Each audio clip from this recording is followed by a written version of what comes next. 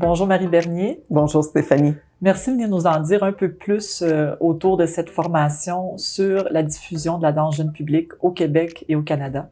Ça me fait plaisir. En fait, on constate récemment qu'il y a un engouement, que ça gagne en popularité, la danse jeune public.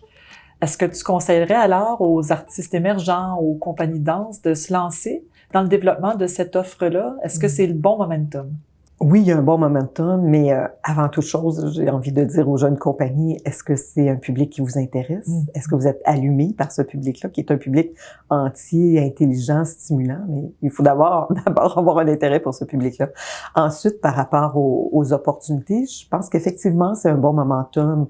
D'une part, il y a vraiment un réseau développé. Les diffuseurs pluridisciplinaires accueillent des propositions de toutes disciplines et de plus en plus de propositions en danse.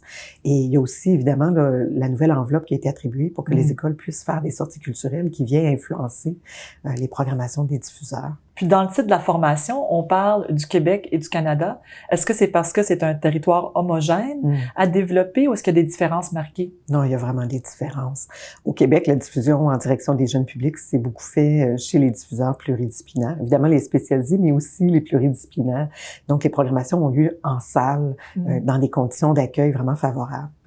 Au Canada, la diffusion en direction des jeunes publics, particulièrement en contexte scolaire, s'est développée pour répondre à un besoin d'aller à la rencontre des publics sur les différents territoires. Là, on pense notamment au milieu francophone en contexte minoritaire qui est très éclaté sur le territoire. Donc, il y a quand même des opportunités, il y a des programmes particuliers, il y a des initiatives vraiment intéressantes qui ont été mises en place, mais c'est quand même un contexte exigeant pour les compagnies. Donc, il faut avoir des offres qui peuvent se présenter dans ces contextes-là. Je pense qu'au Québec aussi, il y a une différence, c'est peut-être l'offre de résidence aux compagnies pour développer une offre qui est plus adaptée au public cible?